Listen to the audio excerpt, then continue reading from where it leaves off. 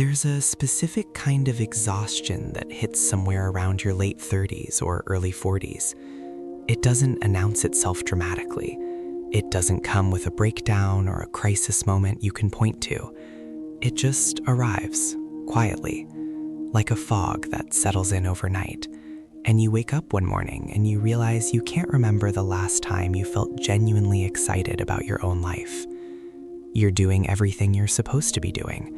You show up, you meet the deadlines, you take care of the people who need you. But somewhere underneath all of that, there's a voice that's barely a whisper now, asking a question you keep pushing away. Is this it? If that landed somewhere in your chest just now, I want you to know something important before we go any further. You are not falling apart. You are not ungrateful. And you are not broken. What you might be experiencing has a name, and it has a psychology, and understanding it is the first step towards something that actually feels like relief. This video is about the psychology of people who face midlife burnout, not the dramatic version you see in movies, the real, quiet, deeply human version. And more than that, it's about how people actually move through it and come out the other side feeling like themselves again, sometimes for the first time in years. Let's start with what burnout actually is, because most people misunderstand it. We tend to think of burnout as simply being tired, as needing a vacation. But psychologically, burnout is something much deeper than fatigue. It's what happens when you have been living in a sustained state of output with adequate return. You have been giving, performing, maintaining, and managing, and somewhere along the way, the part of you that was doing all of that giving stopped receiving anything back that felt meaningful. And here's what makes midlife burnout specifically so disorienting.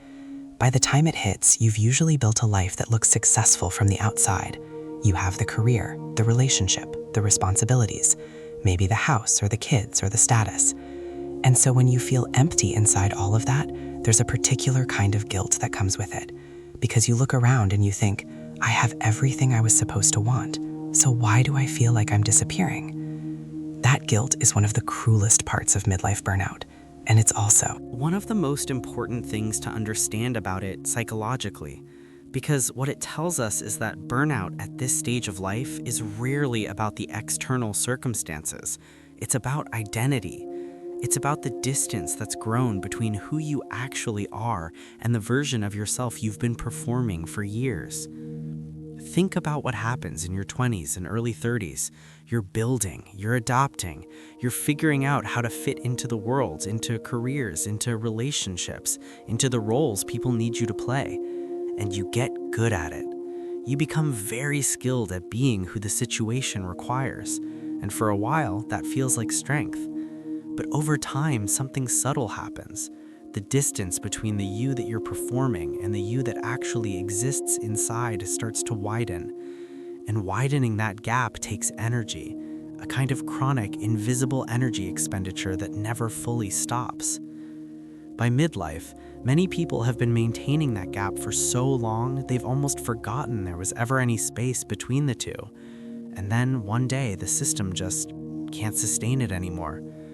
The nervous system, which has been running on stress hormones and obligation and deferred meaning, finally reaches its limit, and that's when the fog comes in. Now, here's something that might surprise you. Research into burnout and identity consistently finds that the people most likely to experience midlife burnout are not the weak ones.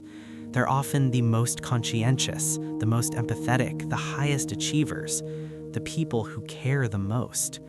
Because caring takes fuel, and if you never learned how to refuel, if you were never taught that your own needs were as legitimate as everyone else's, then eventually the tank runs dry. Not because you failed, because you were running on empty for too long without anyone telling you it was okay to stop. That's worth sitting with for a moment. Your burnout may not be a sign that something is wrong with you. It may be a sign that something was always right with you. Something that was never properly supported. So, what does the psychology of recovery actually look like? Because this is the part that matters. And I want to be honest with you here.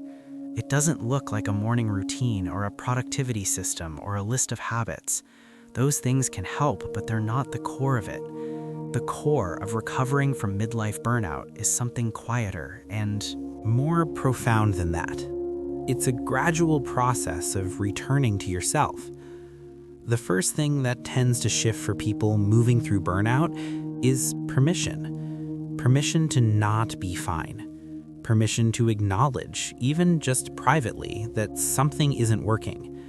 This sounds simple, but for people who have spent years being the capable one, the reliable one, the person everyone else leans on, simply allowing themselves to say, "I'm struggling," can feel almost revolutionary. And it is, because honesty with yourself is the beginning of every real change. What often follows that permission is a slow process of grieving. And I know that word might feel heavy, but stay with me here. Midlife burnout frequently involves a kind of grief.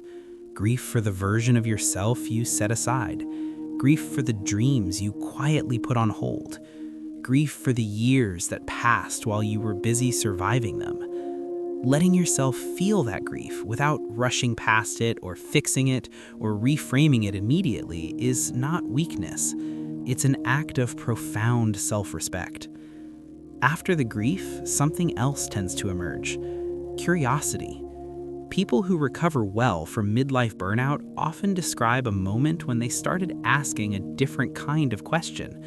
Not what should I be doing, but what actually matters to me? What do I genuinely enjoy, separate from what I'm good at? What do I want my daily life to feel like? These questions don't have immediate answers, but the act of asking them, of taking them seriously, starts to rebuild the connection between you and yourself that burnout erodes. And then there's the matter of boundaries. Not the kind of boundaries you set to protect yourself from other people, though those matter too. The deeper kind, the internal boundaries. Learning to say no to obligations that drain you without return. Learning to protect pockets of time that are genuinely yours. Learning that rest is not a reward you earn after productivity. It's a biological necessity that you deserve simply because you're a human being. One of the most consistent findings in psychological research on recovery from chronic stress and burnout is the role of meaning. Not happiness, not achievement, meaning. People who find their way through burnout almost universally describe a shift toward activities, relationships, and ways of spending time that feel genuinely meaningful to them, regardless of how they appear to anyone else. Whether that's a creative pursuit they abandoned years ago, a relationship they decided to invest in, And more deeply, a slower, simpler daily life that feels more honest than the one they were living before. And here's the thing about meaning. It doesn't require a dramatic life overhaul. It doesn't require quitting your job or moving across the country or reinventing yourself completely. Sometimes it starts with something very small. A walk you take alone without your phone. A conversation you have honestly instead of carefully. A morning you spend doing something you love before the demands of the day take over. These small acts of genuine living start to add up. They start to close the gap. There's something else the psychology of burnout recovery teaches us that I think is genuinely important. The people who move through it most meaningfully are not the ones who found a solution. They're the ones who found a different relationship with themselves, one that's more honest, more patient, more forgiving. They stopped expecting themselves to perform indefinitely without rest, without joy, without genuine connection to what they actually care about. And in that shift, something that had been slowly going dark inside them started to come back on. If you're somewhere in the middle of this right now, if the fog is still heavy and the questions are still loud, and you're not sure yet what moving through it even looks like for you, I want to leave you with this. You are not behind. You are not failing at your own life. The fact that you're here, that some part of you is still asking these questions and still reaching for understanding, that is not a symptom of being lost. That is the beginning of finding your way back. You are not broken.